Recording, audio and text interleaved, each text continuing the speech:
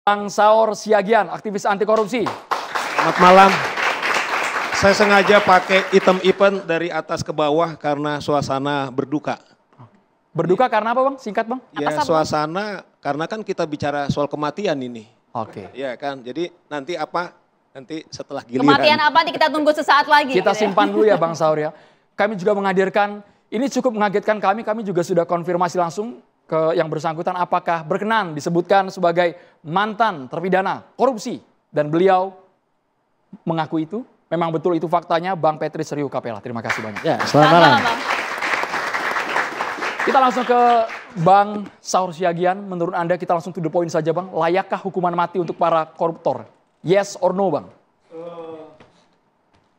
Kalau kami kan sebagai praktisi hukum selalu kita bicara evidence dulu, Andro. Jadi nggak bisa kita bilang yes or not gitu loh, pasti ada alasan kita.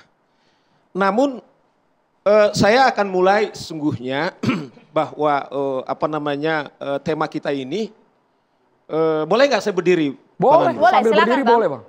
Tapi saya minta, ada nggak boleh mahasiswa berdiri di sini? Yang Salah pria. satu boleh, Andro dibantu. Boleh, Pria. yang pria diajak Iya. berdiri, tenang, aman, sama Iya, Bang Saur aman. aman. Gak akan dia Iya. apa-apain. Oke, ada seorang wanita samping saya, seorang mahasiswa, karena Anda butuh. Saya butuhkan duduk di. Boleh? Andro, kepada pemirsa semuanya, tolong Anda hadap saya. Yang wanita samping saya. Nggak mau banget kan di sebelah Bang Saur. Ketika Presiden kemudian bersumpah, di samping kiri beliau kemudian ada kitab suci. Tangannya kemudian menyebutkan jempol ke atas, kemudian di sini ada Ketua Mahkamah Agung kemudian membacakan. Tapi saya bantu aja Ketua Mahkamah Agungnya. Dia mengatakan begini, demi Allah saya bersumpah akan taat kepada Pancasila dan menjalankan undang-undang dan melayani yaitu bangsa dan negara. Yang mau saya katakan adalah ada kitab suci di tangan kirinya tetapi juga menyebutkan isi konstitusi. Itulah sumpah presiden.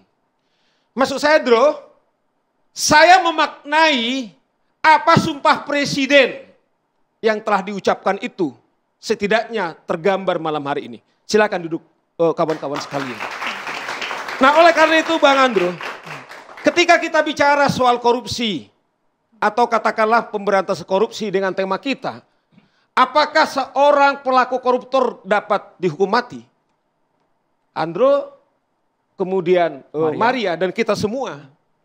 Akhir-akhir ini di mana kita sedang berjuang soal prestasi sepak bola kita.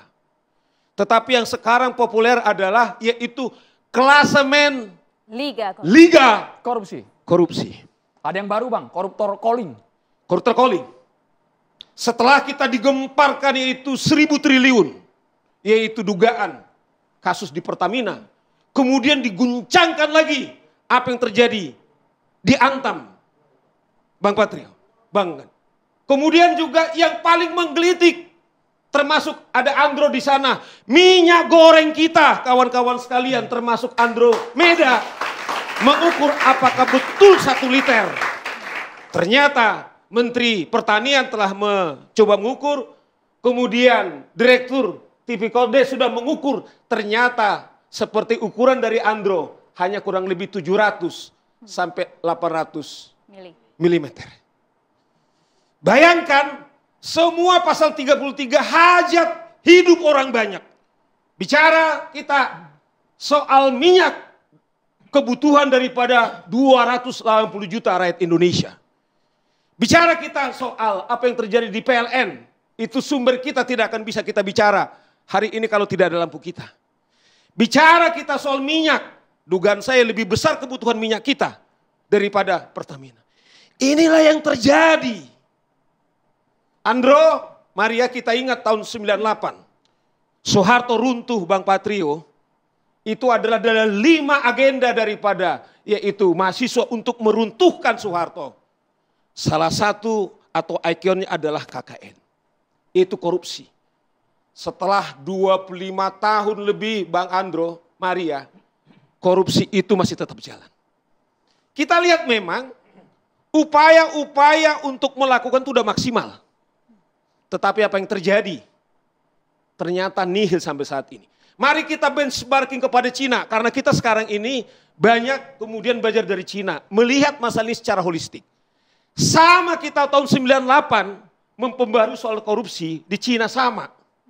Tapi salah satu Perdana Menteri beliau pada saat itu, dia katakan, berikan saya 1000 peti mati, 1 untuk saya, dan 999 kalau ada kemudian orang mengkorupsi uang lebih daripada 80 miliar rupiah kita, akan saya hukum mati.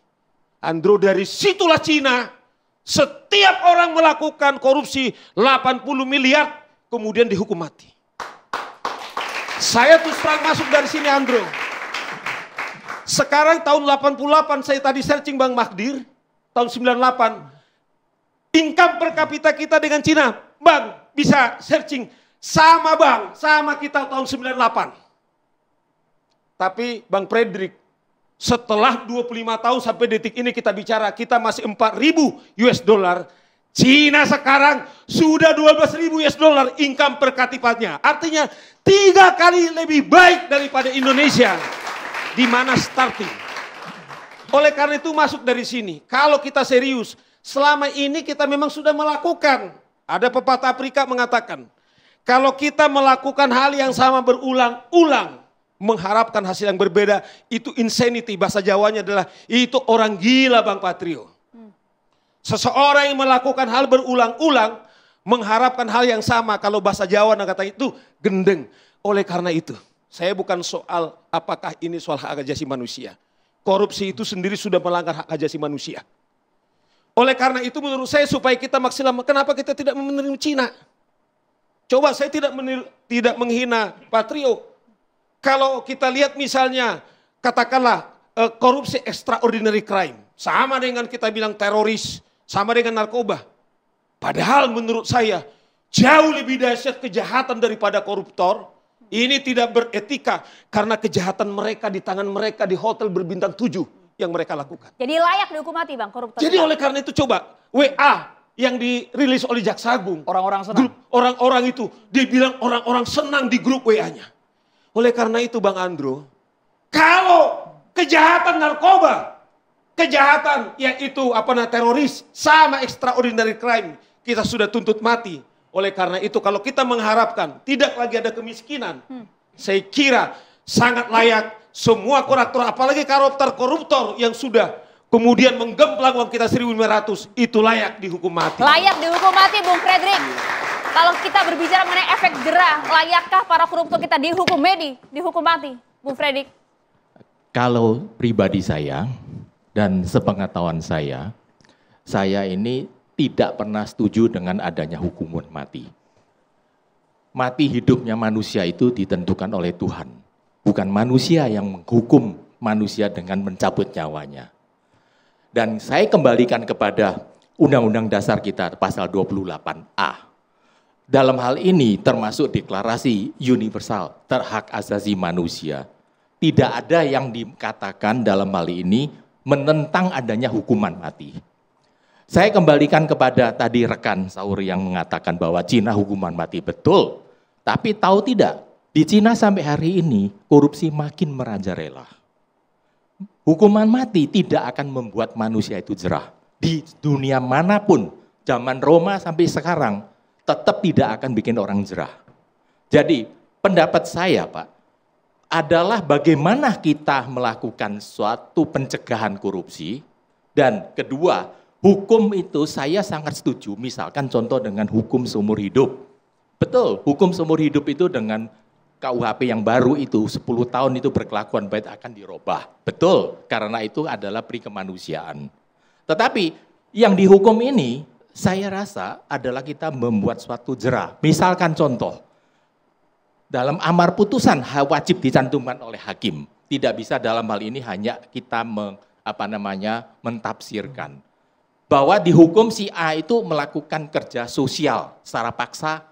Kerja sosial misalkan bersihkan masjid. bersihkan gereja, bersihkan pasar, dengan memakai baju saya koruptor, itu akan membuat keluarganya itu malu.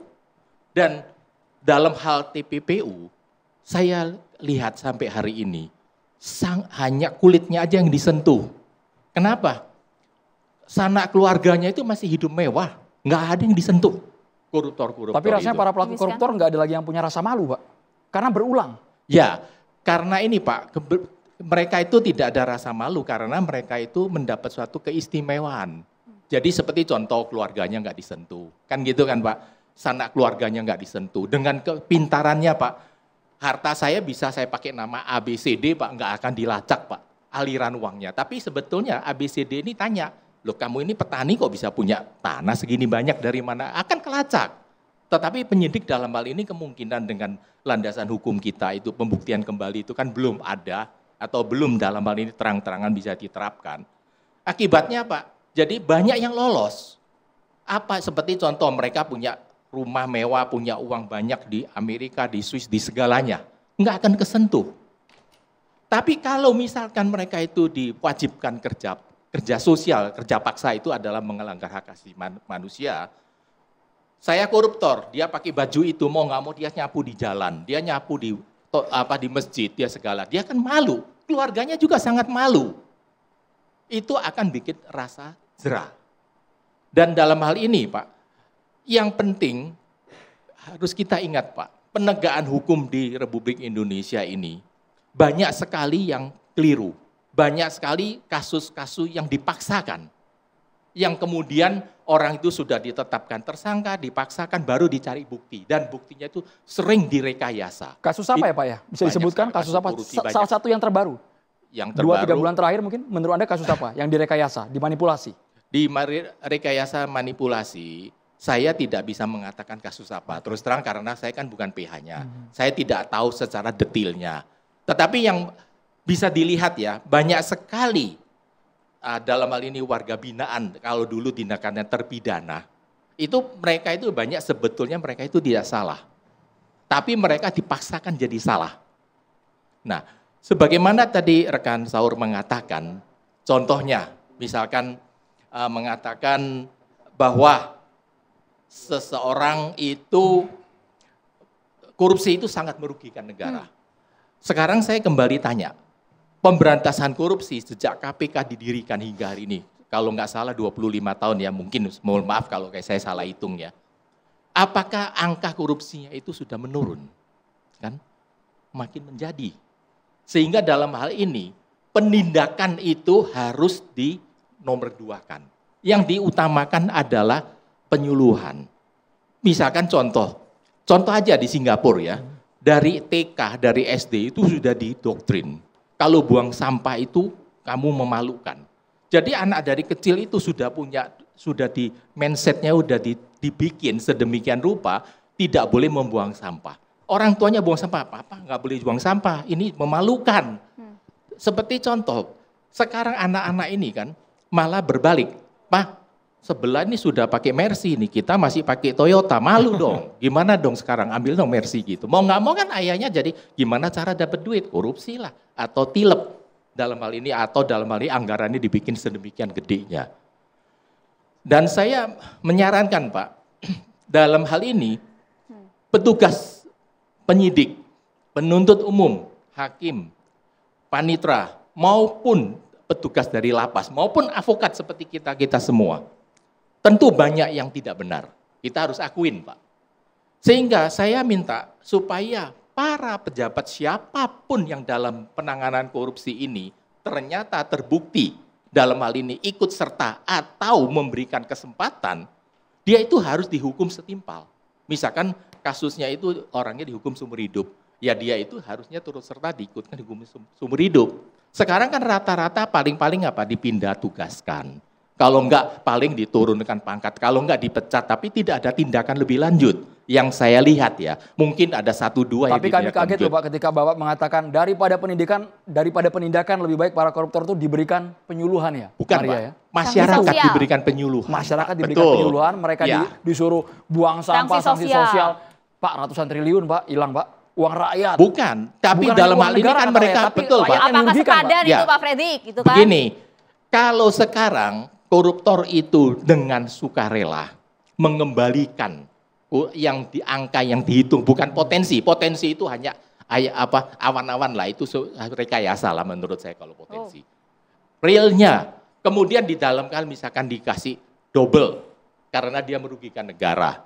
Dengan imbalan dia dapat keringanan. Misalkan keringanan dia diberi remisi. Kemudian dia berikan, bolehlah misalkan dia bisa menikmati PB.